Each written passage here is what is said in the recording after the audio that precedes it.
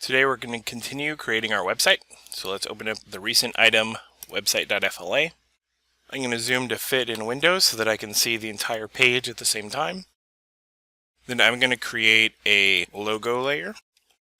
My logo needs to be below the mouse so that the cursor will always be on top of it. I'm going to go ahead and lock my other two layers so that they do not get accidentally changed. Then I'm going to put a logo on the page. Go ahead and place it where you would like it on your page. If you'd like to resize it, just use the free transform tool.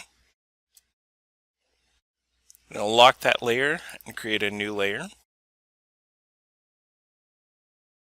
I'm going to have that be my buttons layer. We're going to create the buttons at a future time, so for now I'm just going to make a rough outline of what they'll look like when they are created.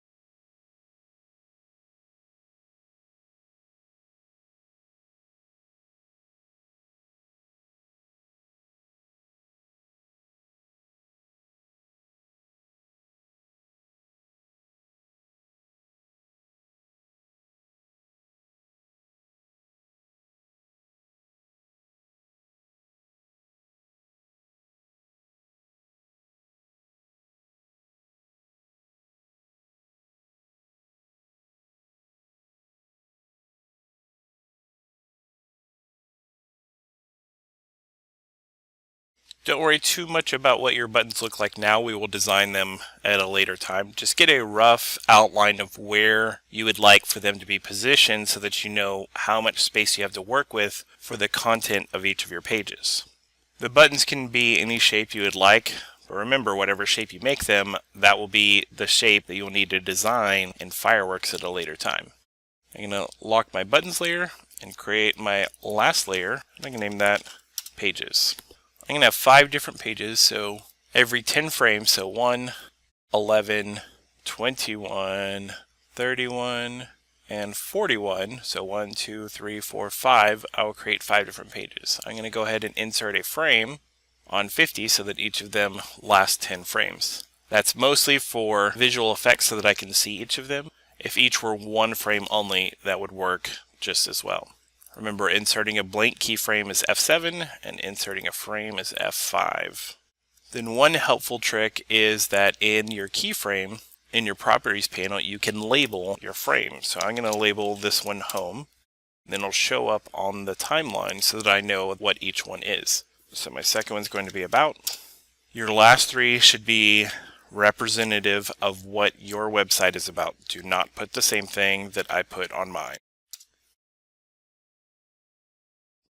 And then so that each of these will last the entire time, we will want to insert a frame on each of the other layers so that they are also 50 frames long.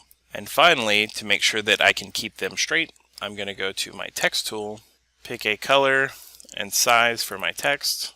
Remember, we can always change these later.